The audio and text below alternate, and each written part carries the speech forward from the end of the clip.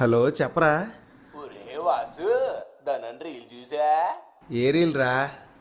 అదేరా బాబా, ధనన్ కంబ్యాక్ కోసం రీల్ పెట్టారా, చూపి ధనన్ కూడా. అవునా?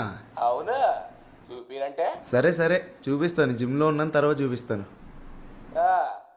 రైట్. బా సాయిరామ్, ఈ విషయం ఎలా చెప్పాలి అబ్బాయిడికి? ఫ్రీ ఫైర్ టాపిక్ ఎత్తితేనే తిడతాడు నన్ను. సర్లే, ఏదైనా సరే మంచి విషయమే కదా. రే అనియా, ఎరా అది ఈ రీల్ చూడరాని ఒకసారి. ఏ రీలు?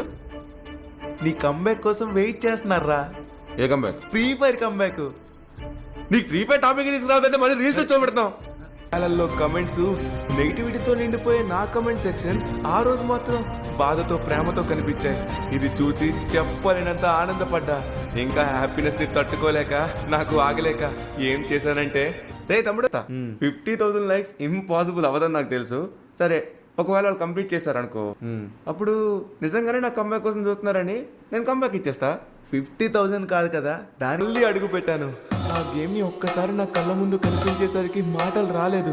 ఒక్కసారిగా ఆ వీడియో చేస్తున్న సమయంలో నా పాత తీపి జ్ఞాపకాలు అన్నీ నా కళ్ళ ముందు కనబడి నా కళ్ళల్లో నీరు తిరిగాయి.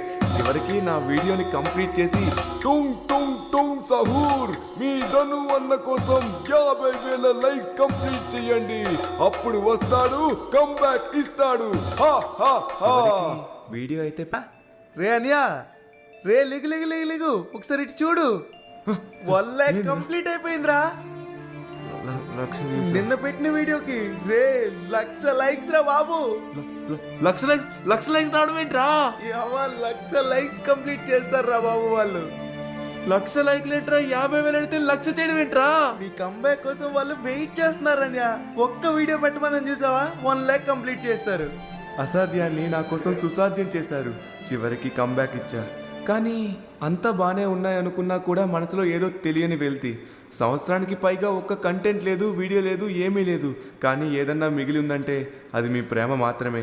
ఇంత ప్రేమని ఇచ్చిన మిమ్మల్ని తప్పుగా అనుకున్న వెధవని నేను. తెలుసో తెలియకో చాలా పెద్ద తప్పు చేసి ఇప్పటికే మీకు చాలా దూరం అయ్యాను. ఇప్పుడు ఆ దూరాన్ని, నా గుండెల్లో ఉన్న భారాన్ని